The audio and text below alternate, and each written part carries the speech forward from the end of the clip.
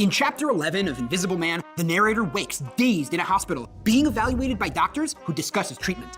Although the narrator is merely stunned from the explosion at the factory, the doctors decide to keep him a few days for observation. He's given a pill and promptly passes out, and when he wakes up again, he's being strapped to an electric shock machine and is given 3 rounds of painful shock treatments.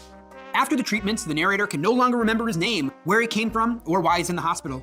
In the recovery area, a doctor writes questions on a card like, "Who are you and what is your name?" to no response.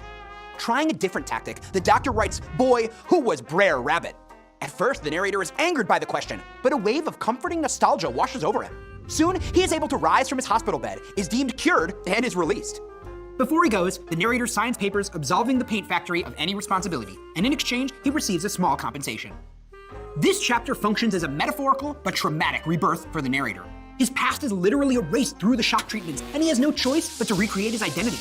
Questions about Brer Rabbit and Buckeye the Rabbit, 2 characters from slave folktales, suggests that even in reinventing himself, the narrator will never be able to escape slave culture. At first, the narrator is angered by these cultural references, but that disgust melts into comfort. He is no longer interested in whitewashing his identity, and he doesn't have to hide his cultural identity any longer.